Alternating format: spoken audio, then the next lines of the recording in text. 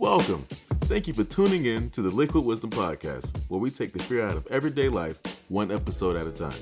So if you're not scared, let's jump into the deep end right now, and please, don't pee in the pool.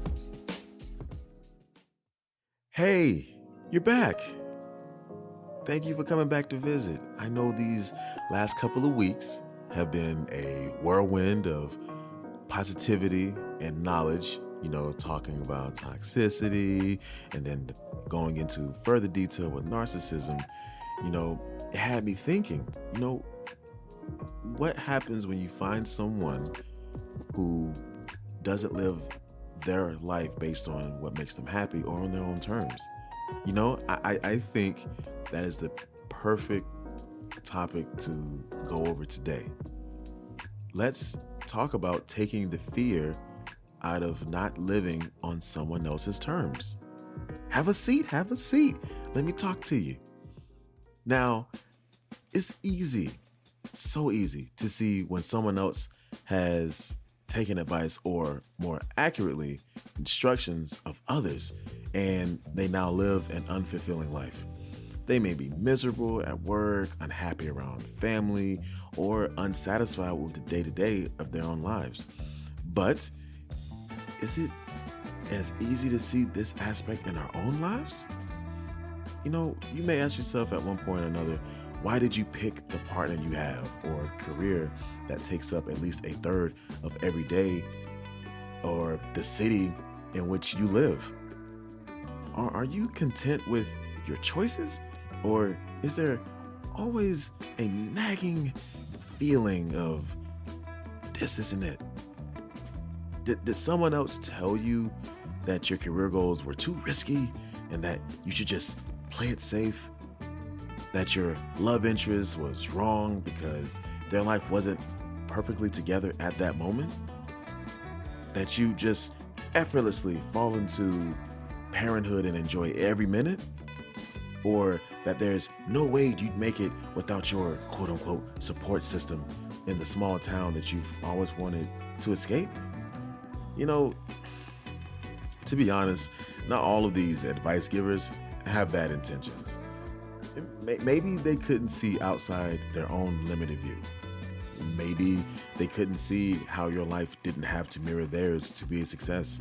Or maybe they are remembering their own failures and they don't want to see it repeated for you.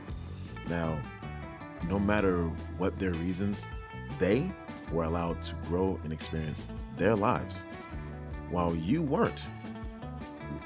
Remember, most people who succeed had to deal with failure at one point or another. But those who succeed will also tell you success lies in not giving up and always fighting for what makes you happy. In this conversation, I'll go into detail and explaining why people fall into the trap of living on someone else's terms, how to change your mindset, what to do when you meet resistance, because that's a thing, and how to persevere even if you don't see instant success.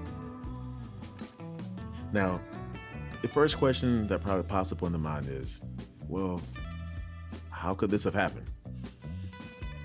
It is very easy to look at someone else's situation and think, I wouldn't allow that to happen. There's no way someone else is going to ruin my life. But let's think about why someone else would allow themselves to be controlled in this way. When we are born or enter into relationships or begin a new career, we are in a vulnerable place. We put our trust in our parents, our significant other, or our boss that they want the best for us and will help guide us down the right paths in life. It is difficult to foster, healthy relationships without some level of trust. You can't do one without the other. That's just life. But some of those people we trust don't have the best intentions for us. They may be unhealthy because of these reasons. Well, for starters, they never had control in their own lives, so now they need to control others. They are like vampires that soak your blood, but in this case, your self-esteem, a way to boost their own ego. They can't handle the idea of you doing better than them, so they belittle you or make you doubt yourself or even sabotage you to keep you beneath them. They don't want to be abandoned, so they manipulate you to keep you in their orbit. Like, oh, I don't know what we're gonna do without you now that you're gone. I know you got that great opportunity to go and be happy elsewhere, but don't worry, we'll just make do while you're gone. Can you imagine the level of guilt trips that would ensue if you listen to it? Often they do this under the guise of trying to quote unquote help you. If you decide to move to a big city, they find the crime statistics to show how unsafe it is. If you want to start a business, they tell you how many businesses fall within the first year. If you want to move up in the company, they will tell you how difficult the new position is, or maybe this person just doesn't support any of your activities. They don't come to your work events, they skip your housewarming, they don't congratulate your success, and they usually don't bother to come up with an excuse as to why they act this way. They just don't feel your dreams are that important. But what you should remember is your dreams are important to you. Okay? Now, it's not your fault that you fell into the trap. You are the healthy person who believes in yourself. You extend normal trust and affection all people need in a relationship. You are doing your best in work, school, and at home. The only problem is you believe that an unhealthy person believed in you. Now, how do you recognize these unhealthy people in the future? Well, look for these signs. Well, first, they get frustrated or angry when you don't take their advice. Their opinion is more of a rule than a suggestion, like, hey, maybe you should try this, or hey, just do this. And they have an opinion on everything, like your friends, how you dress, what school you choose, etc., all come under their scrutiny. The standards are unachievably high or disappointingly low. For example, I recently heard a YouTuber, I'm not going to mention their name, that in her culture, her parents told her, quote, you are either a doctor, a lawyer, or a disgrace. Now, I even heard of another story, another personal one, where I had a friend who was dating this girl, and he wanted to become a lawyer. He was going to law school. So he goes to his girlfriend's parents' house, and the mother asks him, hey, what do you want to do for a living? He says, I want to become an attorney. She says, well, why would you want to do something like that? Why don't you go down to the local department store and just become a manager? Can you believe that? I mean, here's the fun fact, though. He turned out to be a successful lawyer and has been doing great over the last few years. Another sign is that they don't trust you. These are the micromanagers, the snoopers and the doubters. These are the people who have a hard time believing you can do things, quote unquote, the right way without their involvement. And if you make even the tiniest mistake, that just proves their point. Like, I told you so. I told you should have did it this way. That's why it didn't work. People like that. Or you get the idea. Now, another thing is that they make all the decisions, and they make even the compromise. They may even take the compromise as a personal attack. It can get to the point where you instinctively come to them to approve things you can decide on your own. All the work is on you to adjust their desires and never the other way around. Another thing is that their communication is steeped in negativity. They always see the glass as half empty and the million ways things could go wrong. You call them like negative Nancy, stuff like that. If you see these behaviors in the people that surround you, keep in mind, these people will not have your best interests at heart. They only see their narrow version of life, and your opinions will never supersede theirs. Now, there's nothing wrong with having someone that wants to look out for you and say, hey, maybe you shouldn't do this. because they don't want to see you get hurt. There's a stark difference between someone who's going to be real with you and others who will never want to see you succeed. Trust me, the distinction is very obvious once you observe their behaviors. So, in the meantime, you may ask, well, so how do you steer your mindset towards personal success? That's a good question. Now that we've identified, the negativity you need to avoid, how do we stop that broken record of potential failure that plays into our heads? How do we change the song to one that celebrates your possibilities? Well, first, be proud of yourself for recognizing these thoughts as unhealthy and need to be replaced. Whenever you realize people are trying to manipulate your views, stop listening and start a different dialogue in your head. Say to yourself that what works for them may not work for you. Also, write down your dreams, goals, and values. Keep them somewhere to remind yourself what is important to you, not what someone else feels is important for you. Break down your goals. Break them down into manageable chunks. We call it chunking. Now, let's say you want to get a bachelor's degree, but it feels daunting since you don't know the first thing about getting into college. Well, write received bachelor's degree at the top of a piece of paper. What comes before that? Right below it, choosing a major and completing all the courses. How about before that? Well, getting accepted into college and paying for it. And before that, researching which major you want and which colleges have that major. Then you discover what scholarships, grants, and loans you may be eligible for. Now, this is where things get easier.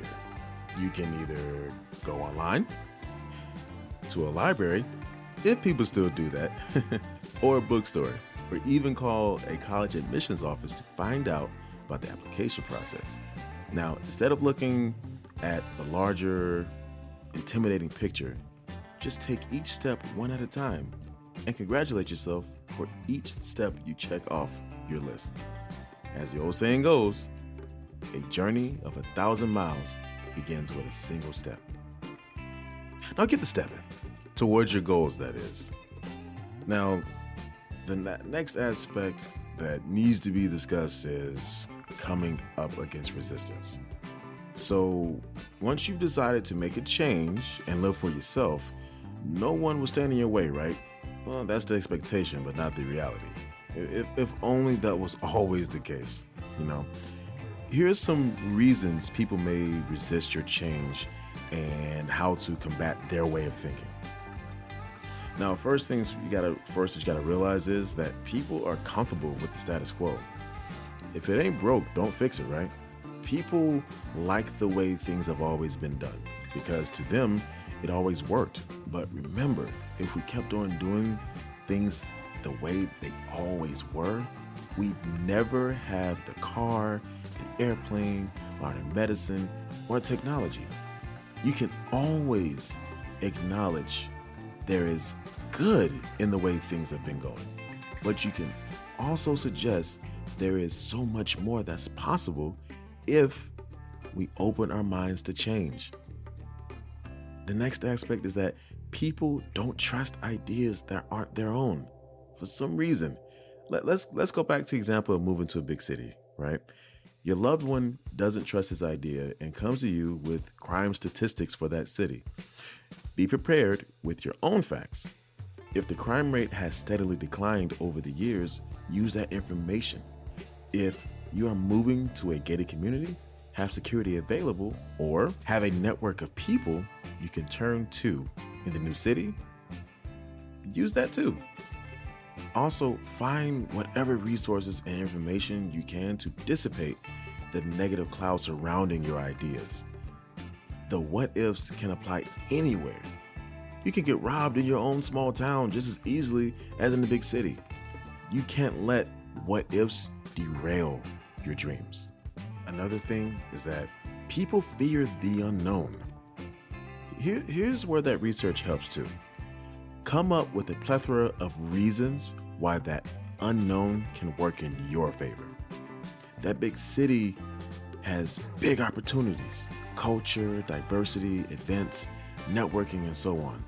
Acknowledge the fears so that it doesn't look like you're going into this decision with rose-colored glasses on. But be sure to show where the positives outweigh the negatives. It's with that we get into the risk versus reward sort of situation. Sometimes people don't see the benefit of your ideas outweighing the risk involved. Are you trying to make a change at work or strike out in a new career? Find examples of people that made it work. Reach out to these people if possible. Receiving encouraging advice or helpful hints can be the first step in making your dreams a reality. Look at me. There's a long list of successful people who were told to quit, but they didn't listen. Elvis was told to go back to driving trucks after performing at the Grand Ole Opry. Lucille Ball was told by her drama teachers to find another profession, and Marilyn Monroe was advised to become a secretary. Rudyard Kipling, the man who wrote The Jungle Book, Bare Necessities, was told by an editor, "You just don't know how to use the English language." These people, and many, many others, didn't live their lives on anyone else's terms, but their own. Now, what if you don't see instant success? Let's imagine you've finally done it. You shrugged off all the haters and gone forward with your decision. And you've become an overnight success, right? Wrong. In a world of viral videos, celebrities shooting to fame after being quote unquote noticed on the street by agents, and businesses selling out of a product after a celebrity endorsement, it can feel like there is no success unless it is instantaneous. Not only that, when the doubters fail to see the progress you've made, it only bolsters their belief that they were right. When that happens, remember this about the myth of instant success. Listen to how most people describe their overnight success. Usually we hear years of failed auditions, songs that were heard by almost no one, or businesses that were on the brink of failing before success finally arrived at their doorstep. Success takes experience, and experience takes time and practice. Anyone who shoots to fame without the skill it takes to maintain it usually fades just as quickly. That's why they call it 15 minutes of fame. Most people can't play an instrument, become an elite athlete, or sell out stadiums without years of perfecting their craft first. Even then, they continue to study and practice to stay at the top. You don't have a long, successful career if you don't put in the work it takes to not only attain it, but to maintain it. Some of those success stories had a little luck involved as well. Let's be real. Certain people were just seen at the right time, or went to the right place and finally caught their lucky break. You can't base your life off the fact that a few of these people had the stars line up at the right time. Keep pushing towards your goal and create your own opportunities. That way, if luck doesn't come your way, maybe you can make your own. I would go out and venture to say that most, if not all people who live on someone else's terms live an unfulfilled life. It helps to recognize that the people who try to control your life are in charge of only one life. Theirs, not yours. Take their advice for what it is. Just advice, not law. It can be very hard to make a change when things have been the same for so long, especially if you don't feel there are people in your corner cheering you on. But your ideas matter. Your dreams have been placed in you for a reason, and you may never know the impact you can make on the world until you are allowed to achieve it. Now, thank you so much for coming back to visit me. I sincerely hope that if anything I've said to you today, that you can take something from it and apply it to your life and see the change you want within it. Now, you are only a couple of decisions away from discovering your purpose and maximizing your potential. Until next time we meet, I'll talk to you later. All right. Pool hours are over. Don't want you catching the cramp. Tell you what, come on back for a swim soon and we can catch up on life. In the meantime, check me out on Twitter at FormlessLiquid. You can also find this podcast on Buzzsprout and SoundCloud. Just type in Liquid Wisdom Podcast and boom, you're there. Catch you later.